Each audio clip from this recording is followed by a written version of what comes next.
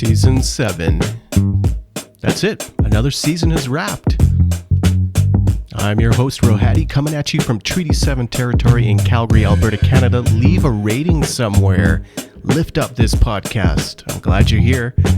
Episode 51, featuring pastor, author Jonny Rashid. This is a in-depth conversation. Jonny is a writer and a pastor. We both have written for the same publisher in Herald Press. My book, When We Belong, came out about a month after his book, Jesus Picks a Side. Although we only spend about half of our conversation around the book, and not even specifically the book, we talk about the important topics that Jonny has included in a much-needed book. I note right off the hop that some of the top best-selling books are ones that teach Christians to just sit on the fence. And I think I mentioned it, sitting your ass on the fence gets you nowhere. In fact, it preserves status quo and harms those on the margins. Jesus followers do something very different, and so learn more in this episode. The first half talks about the experience of brown bodies. So the brown experience, that is vast and wide, but Jonny and I share something in common in our complexion. So his experience as an Arab American with roots from Egypt, but he was born in the United States, that plays into his faith formation and what it means to become conscious of the lived experience within systemic oppression. We then switch gears into liberation. We talk about leadership in the church, what it means to lead change in the church, congregations seeking justice yet inevitably pushed back. Talk about what it means to center those on the margins, to find affirming voices so you don't run out of steam. Man, this episode is just packed full of God's faithfulness and how God works to encounter those on the margins. Once again, we talk about paying attention to your body. We talk about what it means to take political stands as Christians and not to just merely side with the oppressor, but to stand up on the side where Jesus stands. Enough with this faux diversity. Enough with bipartisanship. We're here to pick up with Jesus. Not the sanitized version, but the one who liberates. Let's roll.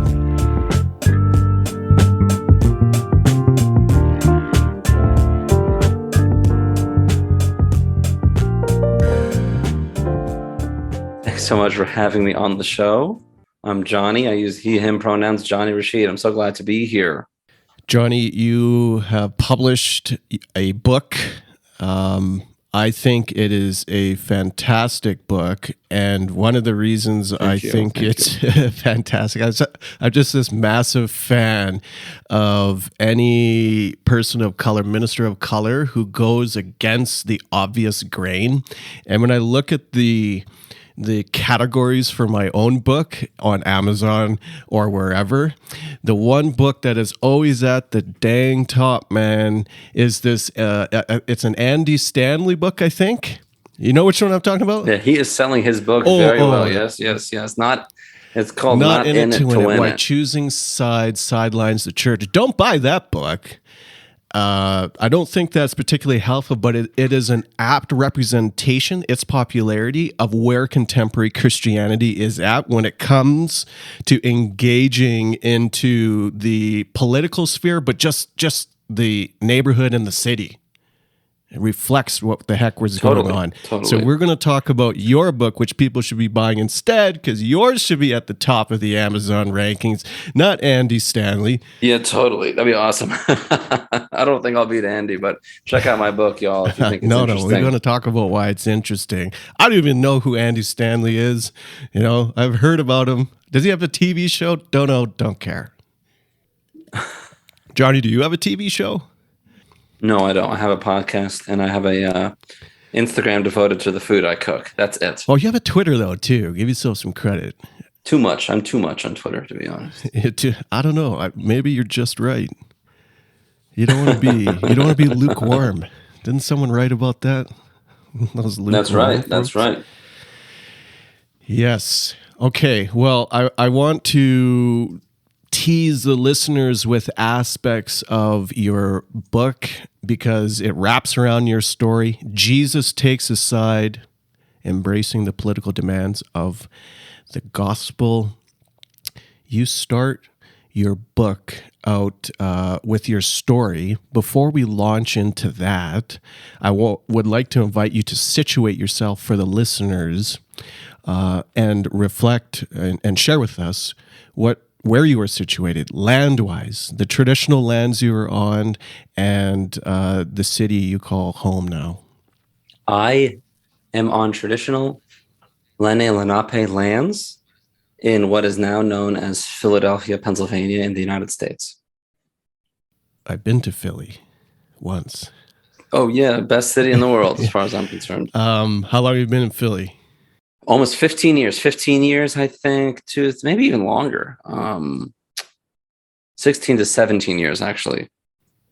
So draw us into a brief story of coming to America.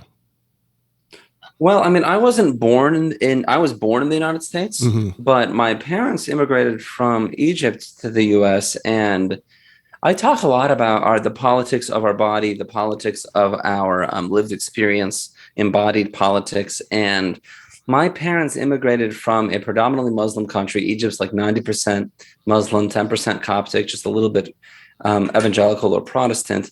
And they immigrated to the US and found solidarity with other Christians and they were no longer part of the religious minority. They were part of the religious majority. And that, because they were looking for a Christian nation, they allied with what they thought was the party of faith, of their faith, which opposed is Muslim regimes, Muslim countries, which were their common enemy. And so they became rather politically conservative, right? That would be common, I think, in many ways for children of immigrants. But for me, my lived experience was formed by the fact, my political lived experience was formed by the fact that I was an ethnic minority. So I didn't grow up as a religious minority. I grew up as an ethnic minority in the US. And so when it came to things like 9/11, the war on terror, my politics was formed because of how Middle Easterners, how Arabs were treated. And that formed my politics. And so my father and I specifically, when it came to our politics, disagreed right in that moment because he supported wars against Muslim countries because he felt oppressed by them. Whereas I felt oppressed by the military and the xenophobia and the hysteria around Arabs in the US during 9/11 and during the war on terror. That's a powerful juxtaposition that I don't think, well, certainly not white folks or contemporary culture appreciates, how first gen, second gen can collide in their understandings in the ways that they see the world. I'm reading a book right now. It's a couple of years old, written by a Canadian journalist named Kamal Al-Soleili. And he wrote Brown, What Being Brown in the World Today Means to Everyone. Curiously, brown in Canada usually means Southeast Asian.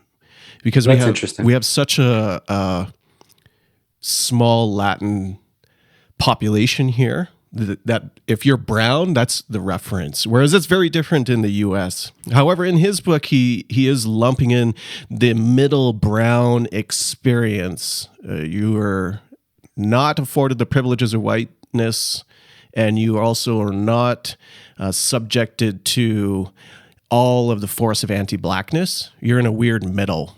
Describe or share the story of how, and you started to allude to how your ethnicity, and I would assume then as well your brownness, your complexion, your skin color was an aspect that othered you, especially in communities, church communities, that you thought could be safe. Was there ever like an alert moment where you're like, wait a minute, 9/11 was one. What was the formative experience for you? Well, definitely 9/11. I grew up. I grew up with a racialized experience that I didn't even understand? Why was I ashamed that my mother spoke with an accent? Why was I ashamed that we had PB&J and pita bread and not in Wonder Bread? Why was I ashamed of my heritage? Did everybody feel like this? Was just normal? Why was I trying to assimilate to whiteness? Why was I just what was happening to me? I didn't understand that I was experiencing genuine racism when I was younger. Yeah. 9/11 brought some of that to consciousness, but so did just my experience as a Christian. My convictions. What's interesting to me in my life is that my intellectual convictions have often preceded the lived experience expressed in my emotions. And so I was opposed to the war in Iraq, not knowing that, strictly speaking, I was opposed to it because they were bombing Arabs. And later on, I realized, the reason that you were so against it was because it was personal. As we moved our church to becoming LGBT affirming, and I spearheaded that effort, I learned, you care about this issue because you're a sexual minority, because you're queer. And I learned that about myself. So I discovered the microaggressions and the oppression that I felt after I developed convictions against them. So really fascinating for me to observe that. And this is true of my life in general, that my thoughts are often ahead of my feelings. And so I think faster than I feel in many ways. And so as I learned about racism in the world, as I learned about my experience as a brown person, as a racial minority, I began to look back at my life and see the moments of oppression that I faced as a child, in adolescence, as a teenager, in college, and then even eventually in the very church that I pastor. I learned that here was where the racism was. So that was really formative for me, and helped me understand it, I really appreciate you sharing. You used the word consciousness, because I think the brown experience, and you're reflecting very much my own as well. I remember sharing and speaking with a number of Black friends, and for many of them, being alert to their Blackness and how that stands in opposition to whiteness is something that is ingrained. It's almost in the blood that you are alert and aware from birth of how you're being racialized. Whereas those who are in the middle, brown bodies, Asian bodies, there isn't a consciousness that you have to walk through. Like, you're not necessarily alert to the ways you are subjugated. Totally. It takes a long time to become aware of it. And vulnerability, I know a lot of people of color that don't want to confront the racism they felt. They don't want to confront the challenges there, for sure. And I don't blame them. It's hard to do it. Do you continue then to navigate that juxtaposition in your own family of more conservative political leanings, and then more, we'll just put it on the spectrum, more liberal or left leaning? Most of my family is very conservative, and they're not conscious of the racism that they faced. I see it, they don't see it. A lot of my cousins want to keep themselves from it. But of course, there's a few black sheep that don't exactly fit in. And we have our own little cohort. But to be honest with you, in general, among evangelical Egyptians, evangelical Syrians, it's largely conservative still. I think some of that is just rooted in the hostility towards Muslims. I just want to name that. But there's also just things such as homophobia, things such as sexism that inform our general demeanor, and of course, they're going to talk about things like abortion. They're going to say, oh, yeah, we care about justice. We care about keeping people alive. We care about fighting the forces of death, which is what I think informs our anti-oppression politics. But they'll say, yeah, that's why we advocate against abortion. But when you look at the other policies and the other ideas that are paired with abortion politics in the U.S., you begin to understand that this is not about healthcare. It's not about keeping people alive. It's not about anything. It's really just a carrot And then even then, it brings tremendous harm. Its roots for that issue are rooted around the continuation of preserving power and privilege, malformed power and privilege. But Absolutely, its roots are in white supremacy. I want to stick with this conversation around, let's just talk to us, right? Let's talk to brown folks here, and maybe even brown leaders, because one of the aspects that I struggle with as a minister, in fact, is the mechanisms that I pastor well with other BIPOC folks who are working against collective liberation for BIPOC people.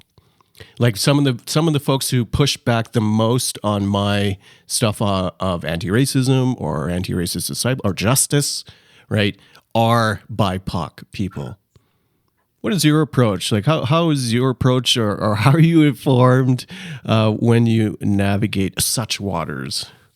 Well, I think that I just need to keep expanding my circles. I think there is a lot of reason for white supremacy to order people of color to actually say that what the forces that are seek to subvert white supremacy are actually bad. And so it's really great if the enemy can make would-be opposition into allies. Mm-hmm. So I'm an Anabaptist. And so I think that's exactly what Constantine did to Christians. Christians opposed the empire, and then Constantine came around, and all of a sudden we became agents of the empire. We fought in Constantine's wars. And so if the new empire, which is ordered by whiteness, which is ordered by patriarchy, which is ordered by neoliberalism, violence, can then subvert its opposition, then we're golden. You know, that the greatest ally of oppressors are the oppressed. They can be the oppressed that are in their ranks, right? Yeah. And then in what manner do you navigate relationally, bringing it closer to home, folks who are in your spheres, who are embodying those qualities? In many ways, I have to not directly confront them. I know that they're tokenized as like they're tokenized as the people of color that don't actually, the people of color that, hey, this isn't representing all people of color. Look at this person that I talked to. You know, that's the argument. That's the idea. You always find and that so, one. yeah, and they get tokenized for that reason. They are the Ben Carsons, so to speak. You know, they are the individuals that appear to be the people of color that oppose anti-racism. You know, there's a saying I like to use. It's a little bit probably too cheeky, but I'll say it. Bring it. Skin folk ain't always kin folk. Oh, okay. You know, and so some people sometimes appear to play the part, but they don't actually. And there's many problems that come with that. And so many problems that come with just leaning too hard on the fact that somebody is a person of color, as opposed to wondering if they're in a liberation movement, if they're in an anti-oppression movement. You know, we're looking for allies who are moved by the Spirit to oppose racism, not just people of color in general. You know, discipleship is more complicated than just kind of the color of your skin, right? And so that's the point of view that I try to hold as best as I can. This is the quote. Can I say the quote that I was looking for? It's from Simone de Beauvoir. The oppressor would not be so strong if he did not have accomplices among the oppressed. The oppressor would not be so strong if he did not have accomplices among the oppressed. And so that's something we have to be conscious of, for sure. There's almost a level of missing each other when it comes to conversation or around topics of anti-racism, in that the embodiment of those of BIPOC folks who are acting in these movements, more conservative or even white supremacist movements, is one of, ironically, colorblindness. There's a sense of progression, ironically, that if we want to move forward into whatever that liberation looks like, usually that is painted through a lens of capitalism.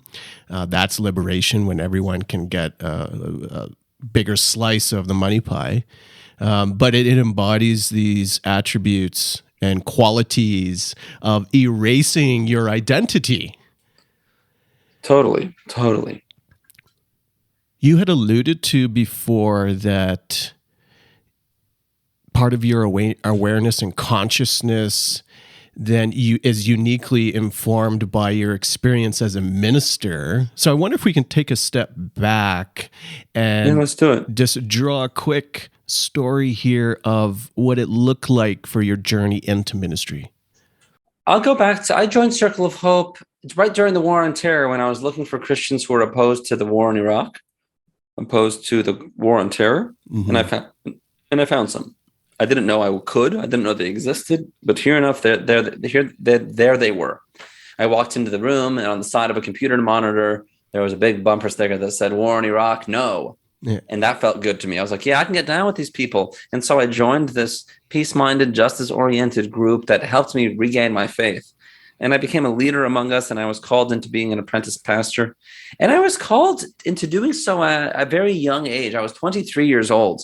To be honest, I wish I had more education. I had more self-awareness. I had more connection to who I was, because at that very impressionable age, I was very easy to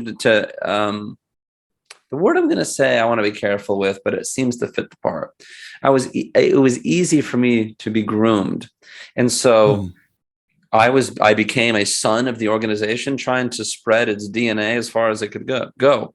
I was down. It's helped me. I cared about it.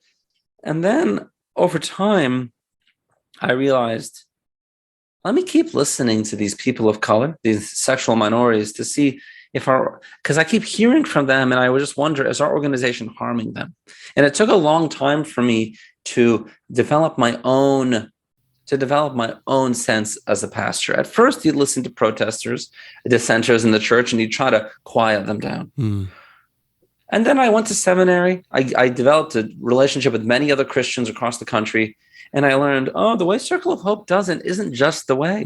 And so I learned to ask questions about what we do, listen to racialized minorities, sexual minorities, and change the church. I became my own, I developed my own philosophy of ministry as an individual as I got these influences. And so I love the idea of joining ministry at a young age. I would recommend that people find mentors that will help them become the kind of pastors that they need to be, and not the pastors that a narcissistic leader wants them to be. So be careful with that. And that kind of thing exists in both conservative and progressive spaces, for sure. I want to transition then. Well, let me ask you this question. Yeah. As you became more alert to the voices on the margins, at what point did you start to speak that truth within your context and describe then, because I would assume at some point as you started to share those voices, that the pushback started to come? Absolutely. At first, we were talking in circle about being anti-racist, and it was an outward expression. It was important for us to push against racism in the world. And for the most part, that was received well. But when you start seeing patterns of white supremacy in the world, and then you see them in your own family, in your own church, and you start asking questions, well, a prophet is never loved in his hometown. That's what Jesus said. And boy, is it true. Boy, is it true. Amen. You know, the gaslighting, the abuse that I experienced in doing so was really tremendous. And thankfully, I'm working through it, and God is good, and we're moving through to what is next. And that feels good to me. But that's where we are, for sure. That's how I experienced it. You know, it's very hard to resist a very tight-knit family. Our community is super tight, super close, super connected. But start asking questions, and you can quickly be ostracized. So that's something we're learning about. I feel like we compressed a long time frame into one short paragraph of your experience of bringing in simply expressing your experience within your community context and running up against the wall. And the way you just shared the story, it makes it sound like that is a recent or short activity, but that can't be. It sounds like this has been going on for a long time. How do you not run out of gas? The best thing to do for me is to listen, is to ally with other people of color, other sexual minorities too, for me, that are not that have the same lived experience. That keeps you in your brain. It keeps you in your heart, keeps you in your body, so you're not gaslit, so you don't second guess yourself. Affirmation. Yeah. And it gives you energy, it gives you capacity, it gives you hope. Yeah. When we face despair as Christians, I really do believe we have to remember God's faithfulness. So even on a day like today, when Roe v. Wade is undone, let us remember when it was put into action. Let us remember suffrage. Let us remember the civil rights era. Let us remember abolition. Let us remember the exodus of the Israelites. Remember God's faithfulness today, so that in the moment of despair, we don't succumb. So for me, it's about staying in community and staying connected to the history and the tradition. Add to that, with the way that we remember is through worship. We remember through prayer, partake in communion, remember God's faithfulness, remember the salvation of Jesus, right? For me, that keeps me from being exhausted. But listen, I have enough dignity not to be trampled on. And so it is important for me to know when enough is enough, to know I've given this community my all and it's time for me to go. Yeah. You can faithfully leave well from organizations that don't feel like they're changing and moving and growing in the direction that is good for you, and find other places. You're never stuck. How do you know when it's that time? And I ask that question because when you're in a predominantly white organization as a BIPOC leader or a BIPOC person, especially if you're one of the token minorities, I'm not saying that's your situation, but you can stick around waiting for change and give up your body until there's nothing left, and that community and space will pull and keep taking. How do you know? Yes. Well, I start when staying in is more painful than leaving. And pay attention to your body. Yeah. Pay attention to the pain. You have to. So when it's more painful to stay than leave is a nice statement. But what does it mean? You have to pay attention to the pain you've experienced. You have to be conscious of the hurt. Yes, I don't feel it until my body screams back at me. Like, I don't feel it until my blood pressure is up. I don't feel it until there's tension in my back, till my stomach hurts, till my body is achy, till and there's a delay. I'm exhausted in the middle of the day. Like, what is happening with me? It's best not to wait for that moment, but sometimes that's just what it is. But pay attention to what your friends are saying. I have a lot of friends right now that are telling me, take a break, take a rest, get away from the work, go on a sabbatical. You're going through a lot. For me, they said, you're the goose at the head of the pack, just getting smashed with the wind. Take a turn back and to the back, fly to the back, let someone else lead this flying bee. So that's what I've been considering. So you were then aptly, it's your next book. You're in the season now of discerning what is next. That's right. Well, brother, that's wise words of listening to your body. And I wish you all the grace and peace as you navigate that's hard, because community means relationships, but at the same time, you juxtapose that to the cost and traumas that you've incurred on your body. Absolutely.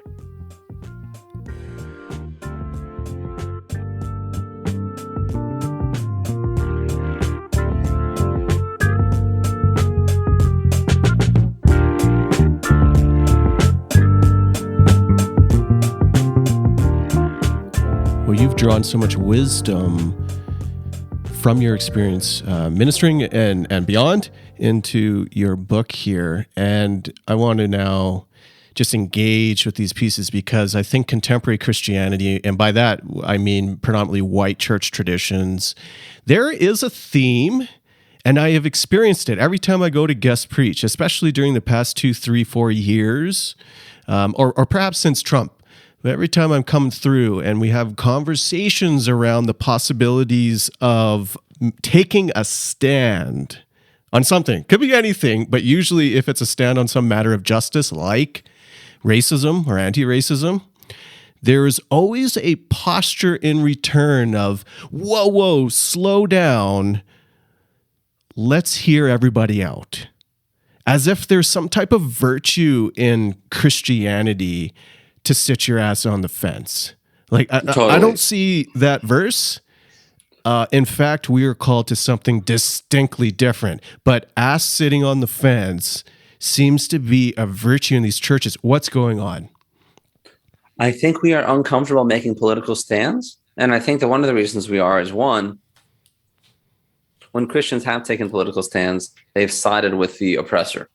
Mm-hmm. So some people have a distaste for that in their mouth. They don't want to be political. And so they equate left and right.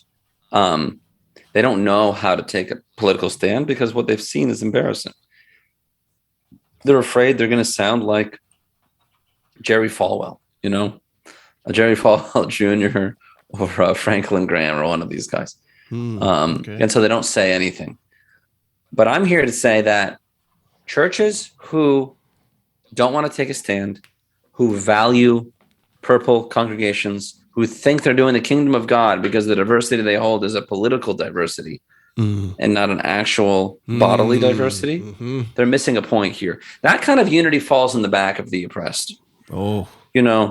If at your communion table you have people who think it's okay for police to kill Black people, that it's okay to take away the rights of women and of LGBTQIA people, and that it's okay to deport immigrants. Yes. You can't have not just people that think it's wrong to kill Black people, that think it's wrong to take away the rights of women and sexual minorities, that think it's wrong to deport immigrants, not just different ideas, but rather Black people, queer people, women, immigrants, disabled people. We're talking about people's bodies. We're talking about their very humanity. Politics isn't abstract to minorities. It is lived. It is personal. We feel it in our bodies. And what we're demanding and what we're asking is just to see our humanity. We are people.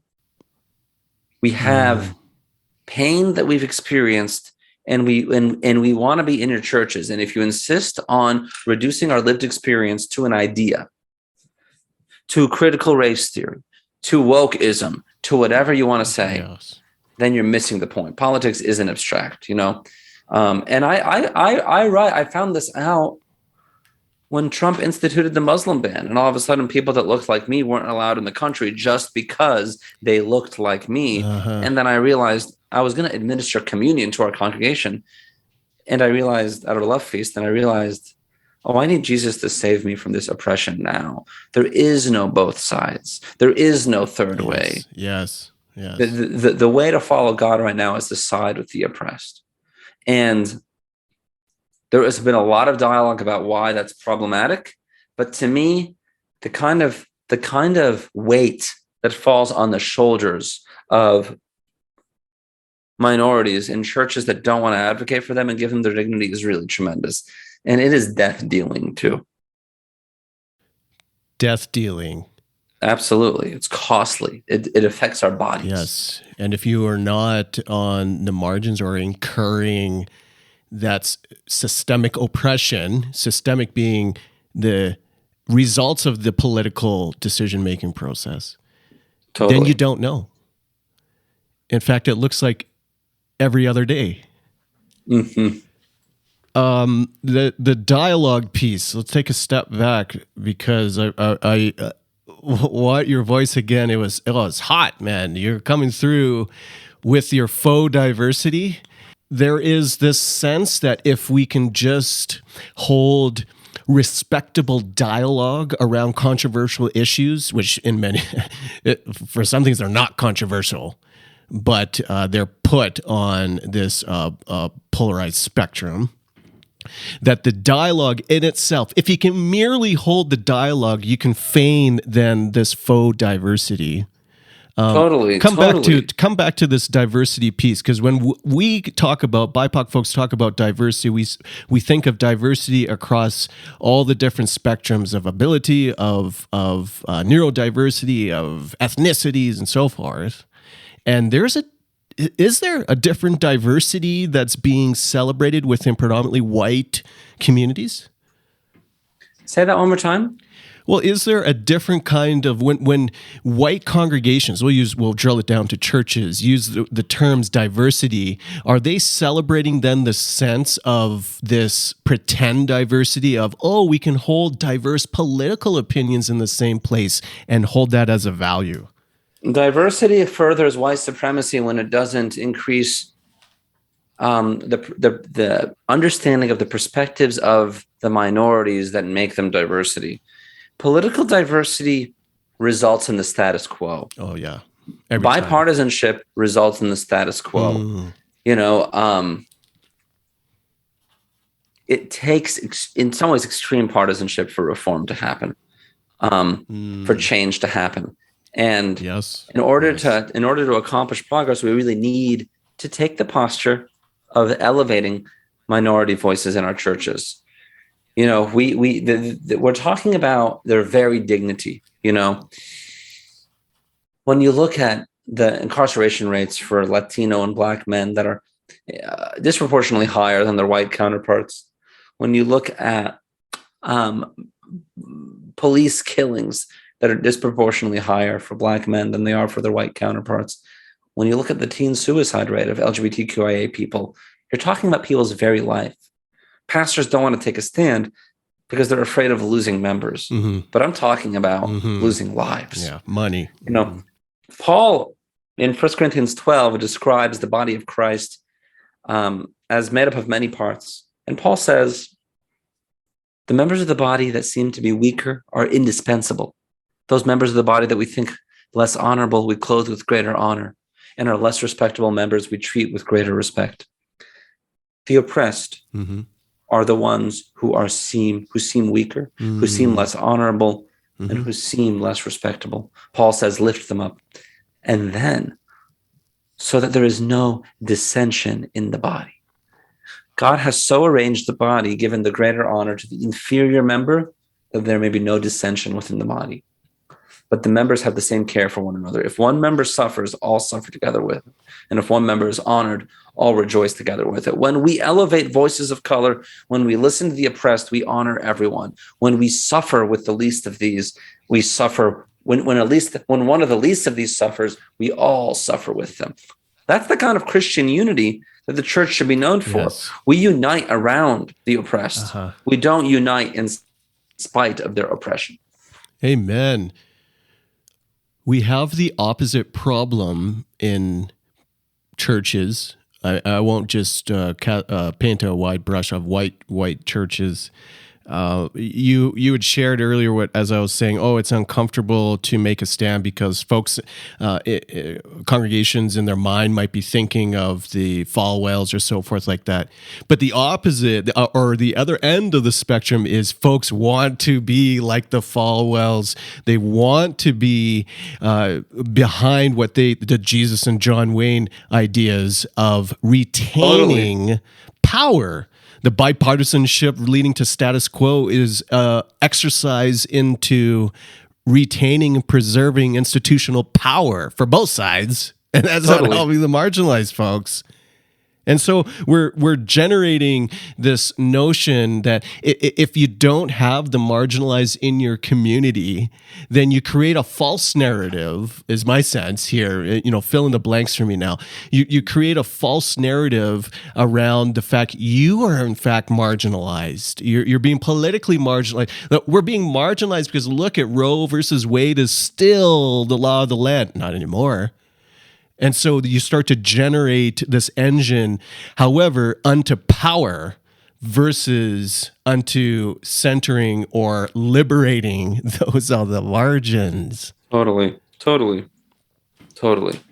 One of the aspects that just frustrates me is an unwillingness to pick a side.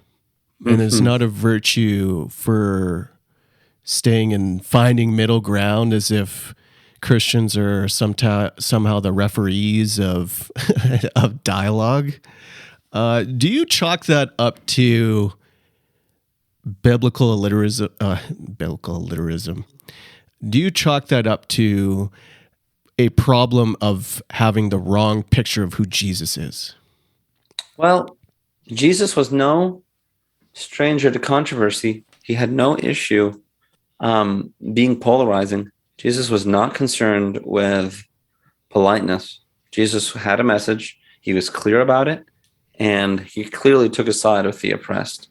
Mm-hmm. He said, if you cause any of these little ones to stumble, it's better for you to have a millstone hung around your neck and to be thrown into the Sea of Galilee than the judgment that awaits you. He said, if you walk into a town and they reject your message, dust your heels. It'll be better for Sodom and Gomorrah on Judgment Day than it will be for that town. Jesus had a strong polemic against people that opposed him and his way. He invited everybody in the parable of the banquet to the table. And when the wealthy, when the married, when the people with the field and the ox were too busy to come, he found the destitute and they came. Jesus came to lower hills and to raise valleys, to free the oppressed, to free the captives. This is exactly what the gospel is. And it takes a lot of work to undo that. And so I do think it is biblically illiterate, and I do think it is missing the point of who Jesus is when we try to find some middle road, third way. I don't even know what we're saying anymore. You know, there was a time when the third way politics was defined as what Martin Luther King was doing, right? You have a nonviolent resistance, which is contrary to violent resistance. But these days, the movement of Black Lives Matter, the movement that people call critical race theory, the movement that people call woke, that is modeled after the nonviolent resistance of Martin Luther King. But instead of being seen as a third way, it is seen as a pole, a leftist progressive pole, and then we have this fascist pole, and we're supposed to find a third way between them. Oh, okay. Yeah, exactly. So then Martin Luther King is still used to sanitize. He is sanitized and he's used to perpetuate the status quo. You know, he said that the riot is the voice of the unheard, and people speak about riots in a way that says like Martin Luther King wasn't for them or something like that. You know, like there's this sanitization that happens to him that undoes any usefulness that the third way idea would have. Nowadays, the third way just means a moderate path. Nowadays, it means not being able to tell a member in your congregation whether you're affirming or not, because you got to take them out to coffee. You know, geez, you got to make sure that they're you know, are you affirming? Can I be blessed here in marriage and ministry and membership? Well, let's talk about that. Come out, have a cup of coffee with me. No, just answer the damn question. Yes. Black it's not and white. hard. Yeah. State it. Be clear. These things are by design. Like the vilification of critical race theory by design. The push onto abortion and canceling abortion by design, the sanitization of the Reverend Dr. Martin Luther King by design. Totally. This is always whiteness by design. I like this third way piece. I like this third way of we have made the fence the third way. We have made for many middle of the road Christians who don't do much of anything. There's been a rewriting of the poles. I like that. A rewriting of what the poles are, and then the middle ground, the third way, has become just hold the status quo in tension. Maybe in tension, but at very most, please hold the status quo. What's driving that? Like, do you think that is a conscious attempt to retain privilege within predominantly white denominations and churches? Motives are hard to judge. They're hard to know. My viewpoint is we have a lot of hesitation around change. We have a lot of importance about institutionalism. People don't want things to change. I think in general, they just don't want their life to change. They think that if we let all these new ideas in, the gospel will be threatened, Jesus will be threatened, the gospels will be threatened. And so their resistance to new ideas, that could be rooted in some of their power. I think ultimately it is, but the kind of evil you have to be conscious that your ideas are merely there to uphold your power and your privilege and your white supremacy. I don't assume most people are like that. I think they're misguided. and they need help along the way, but if you're not willing to listen to the lived experiences of people of color and to other racial minorities, then you miss the point. You're missing an opportunity to learn. Would it be accurate to, as we reorient the sense of what the third way is, and we don't need to reinvent this, as you stated plainly, there is a recapturing, a reclamation perhaps of sorts of the work that Black and brown bodies have already done. Like, it's already out there. We have to reclaim it or bring it back into the forefront. Would it be good to just switch the metaphor of the sense of the third way isn't us sitting on the fence, rather it is an active pursuit? The third way is the active pursuit of the Jesus who liberates. It would be wonderful if that were the case. I just think that we should follow the Jesus who liberates and let go of that term, which is not very helpful. I don't think we should be part. The third way specifically. Like, let's follow the liberating God, the redeeming God, and see where God takes us. Let's follow what it looks like to side with the oppressed and see how that helps us engage politically, locally, at a state level, nationally, whatever country we're in. At times it'll feel like we're being partisan, but if you think that Jesus taking a side means that you're supposed to just be a Democrat in the US, you miss the point, because the Democrats are not exemplars of moral leadership. No. They're inept on their own, and they showed their hypocrisy. And I write about this when they investigated the allegations against Brett Kavanaugh, but they did not investigate the allegations against Joe Biden. And they just showed that they're hypocritical, that they're interested in political power, and that they're not interested in moral leadership. And so even if I happen to vote Democrat, actually every election, twice a year, every year since I was for the 18 years that I've been eligible to vote, even though I've done that, I feel no allegiance to a political party, and I have no sense of partisanship. Rather than say third way, I say find the God who oppresses, follow the God who of the oppressed, and then more than that, allow your prophetic imagination to stretch beyond the political constraints of this economy. This political economy. Imagine a prophetic imagination. What would it look like to have a world without violence, a world with peace, a world without police? Can we imagine new ways to keep our neighborhoods safe? Can we imagine new ways to consume energy so that we aren't destroying our planet? What are the things that we can do that are beyond the political constraints that help us imagine? That's what Christians should be doing, while also engaging as practically as we can in politics. So there is an engagement of politics here, and I appreciate how you're just stating in your book this pursuit. Like, don't shy away from the notion of divorcing politics and Jesus. I think that there is a power to the notion that the Jesus way produces a picture or vision, in fact, of a better way of being. But then it is hard to get into that place if your picture of Jesus at the get-go is distorted.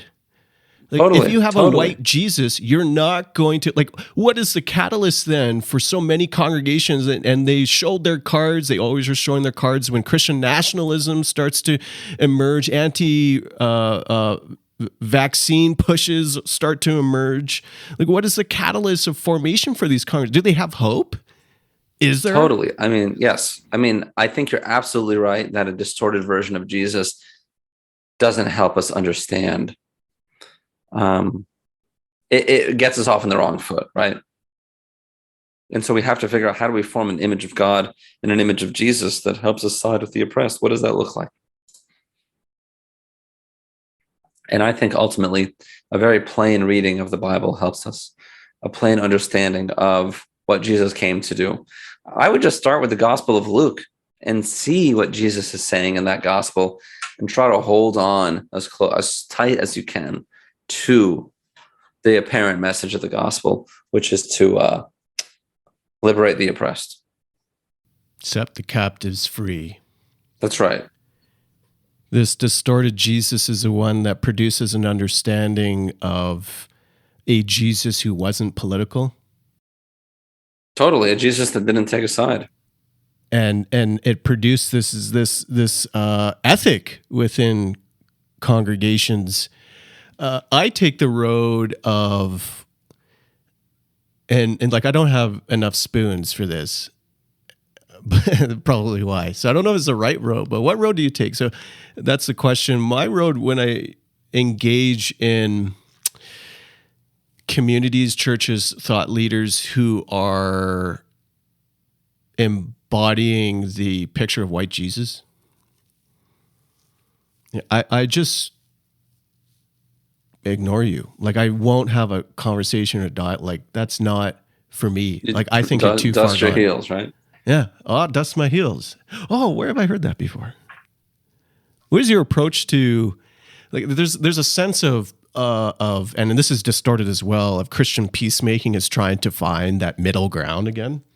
At what point, or can you even just say, no, dust my shoes? Y'all just go keep doing what you're doing. I got to totally ignore you. Well, I mean, I think that there's such a big difference between peacekeeping and peacemaking. Making peace is a lot different than keeping peace. We cannot make peace with war. We cannot make peace with violence. We cannot love hatred. We cannot live with death. So Christians need to understand that we're advocating and advancing a gospel of love, of hope, of faith. We're advancing a gospel of peace and love and justice. These are the things that we need to do. And so I keep listening to the minorities among us and elevating their voices as high as we can. And I don't worry about the people that aren't quite there yet. They can get individual conversations, individual discipleship, but I'm certainly not going to censure them in our dialogue. Who's going to be censored is who has been decentered. Is that a Jonny Rashid special? Peacemaking does not equal peacekeeping? I don't know if it is, but I've said it. Yes. Put it on a sweater. That's a good one. It is a good one. Let's trail off then with the final question here. Your book produces a pathway for those to engage with the biblical Jesus, to use that term, but of course it's everybody's interpretation of Jesus. But you bring forward the marginalized brown Jesus who lived in Palestine, who was under Roman occupation in the process of being colonized. You bring forth the possibilities of reclaiming the old ways in many senses. Where does the hope lie in terms of reclaiming the vision for better for marginalized people? Where is that hope, and what does it look like in the pathway? Give us a glimpse when it comes to returning to a story of liberation. Well, let's keep remembering the story of the Exodus. Let's keep remembering our communion. Let's keep remembering when God has been faithful.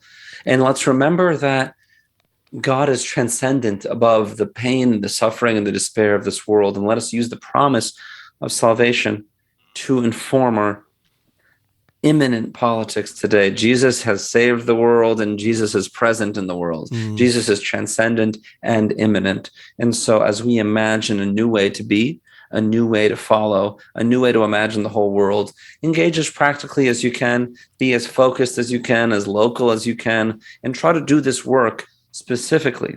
Don't be overwhelmed by all the information around you. Don't be overwhelmed by trying to figure everything out. Listen to experts. Listen to trusted people around you. Don't feel like you have to have all the answers. In Philadelphia, I focus on affordable housing policy. And so I devote myself to that specific work. And then I listen to others when it comes to other matters as well. That's one practical thing you can do. But don't ever get constrained by our political choices here, even if you practically participate in them. So yes, vote, but also don't ever think that the options that we have politically are all we have. There's so much more, and God can keep expanding our political imagination and can keep disciplining us to have hope, can keep disciplining us to cultivate our anger too. Let's do both. Do you have a practice, perhaps, or a rhythm to embody the imagination of it's a constant imagination, like a constant reimagination of what is now for what can be in God's new creation? Rhythms or ideas to cultivate that? I would say one thing you can do is keep imagining. On one hand, just don't ever think of the world around you as unchangeable. Imagine a world where we don't use fossil fuels. Imagine a world where we don't have guns. Imagine the world where police aren't killing us to protect us. And then keep cultivating your imagination. Keep cultivating your counter consciousness. Wonder what your foregone conclusions are. Keep disciplining yourself to do that. So read the Bible, but also read poetry, read fiction, listen to children, pay attention to who is imagining. Don't tamp down imagination. Don't tamp down hope. Stay idealistic. Hold on to your beliefs. Hold on to your ideals. Don't let grown-ups take them away from you. Believe in what feels impossible, because what's impossible with mortals is possible with God.